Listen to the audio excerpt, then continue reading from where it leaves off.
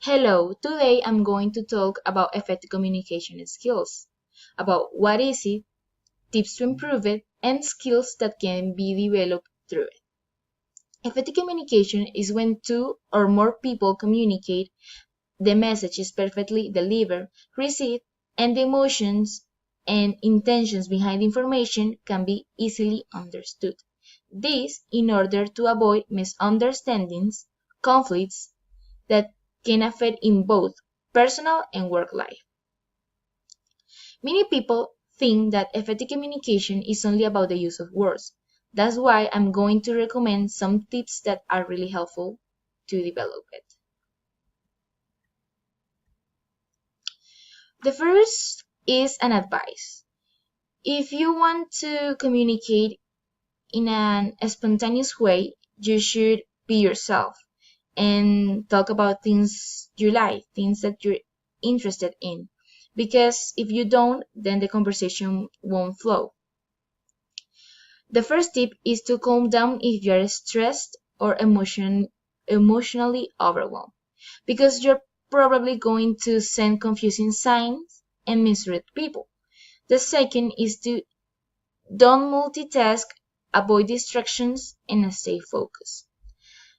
As people don't want to be ignored, so you shouldn't do it, because if you ignore people, they are going to feel good in the conversation. So you should stop like doing many things at the same time unless you're doing something quickly that can be done fast. 3. Don't use negative body language. For example, crossing your arms or avoiding eye contact or putting your head down because it's going to make the conversation tense, or the person you're talking to is going to think that you're being rude. 4. Note and use small verbal comments. This is really good because when you use small verbal comments like yes or mm-hmm, it's like giving a sign that you're really interested in the conversation.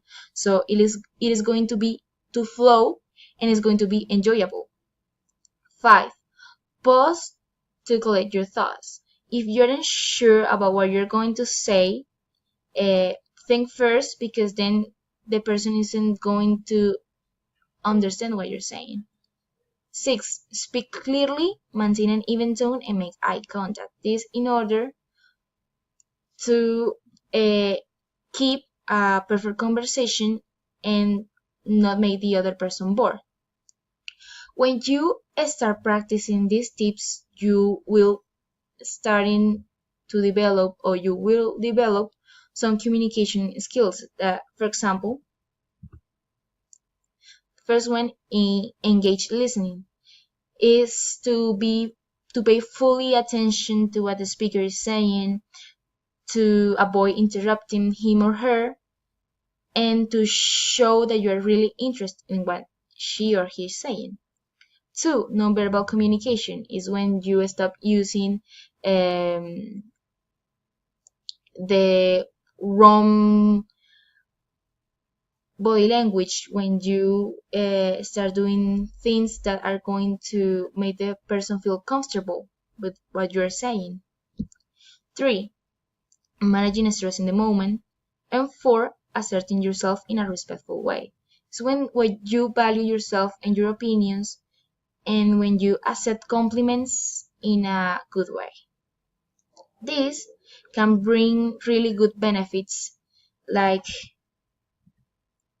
making you understand the emotions and the body language the speaker is trying to communicate, building a stronger and deeper connection between you two, allowing you to acquire the ability to express what you really mean, and even being able to been through a challenging situation. And last, to manage your emotions and effectively communicate under pressure. Effective communication, as I said before, is very important. That's why politicians and social leaders make use of it to reach the public and leave a clear message. That's why I decided to analyze Hillary Clinton. During her concession speech, she was the candidate of the presidency of the United States from the Democratic Party during the elections of this year, 2018. She was born in Illinois. She is an American politician and who has developed many charges as the First Lady of the United States from 1993 to 2001. Uh,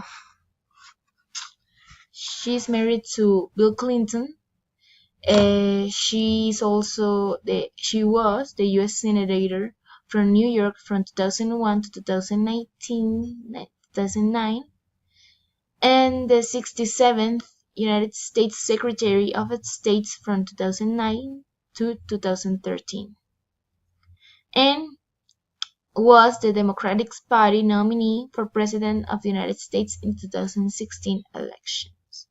She is a person that stands out a lot because she's very intelligent, responsible, she's a hard worker, and most of all because of her public speaking techniques. She's known all around the world because she has such an ability to express herself and to communicate with people and make everything feel like it was like a normal conversation, you know. Uh, she has been through a lot. She has been really a hard worker. I mean, she has made really great things in her life. Like, she became the first American First Lady to ever win a public office seat when she was elected as a U.S. Senator in 2001. I mean, that's amazing. And she also is the first woman in U.S. history to become the presidential nominee of a major political party. As I said before, the Democratic Party. Hillary is a person with whom citizens identify and in whom they trust a lot. Her effective communication methods are based on engaged listening, nonverbal communication like body language, managing stress in the moment, asserting herself in a respectful way. All of this can be seen in the concession speech like I'm going to show you right now.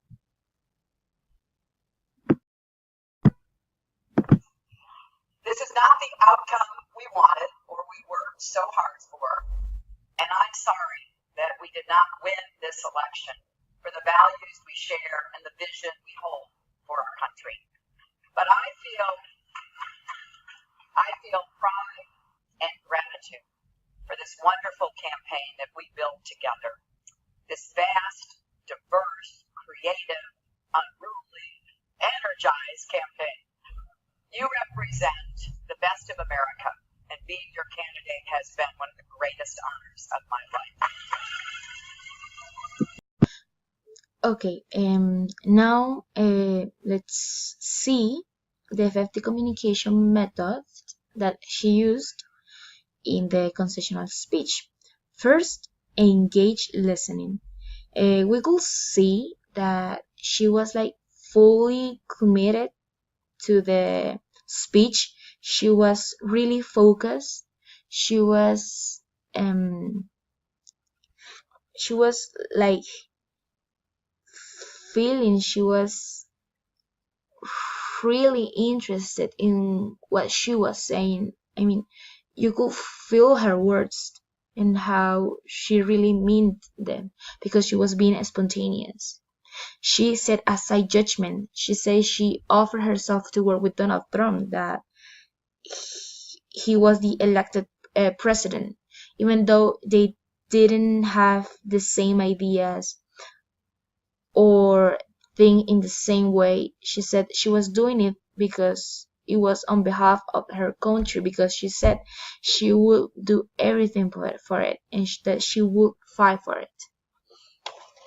Second, nonverbal communication.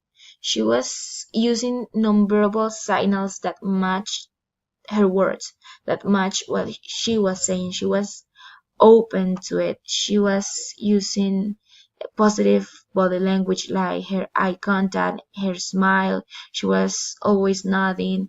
And you could feel that she wasn't defeated, even though she didn't win. She was she wasn't defeated because she knew she hadn't lost all, because there were many people that voted for her, that were supporting her ideas, and that they were united. And managing stress in the moment, like I said before, it wasn't easy for her because she didn't win. Of course, she wanted. She said in the video that it wasn't the outcome she expected or they expected, but uh, she didn't let that go affect her. She didn't let it affect her. She was there and she was committed. She was encouraging people and thanking them for being there for her.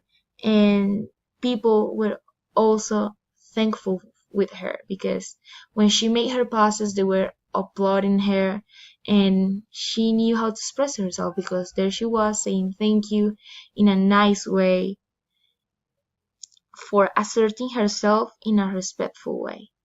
She was asserting empathetically. She accepted the compliments of her husband or of her team, of the citizens, and she expressed all that negative news in a positive way. She said she was like really, really thankful with citizens, and she thanked him and told them to keep fighting for their rights and that they should keep making uh, their voice to hear, that people should hear their voices because that's a democratic, and they are all part of it, so they all have to participate. And I think she's like a perfect example because uh, the effective communication isn't easy. It takes a lot of practice.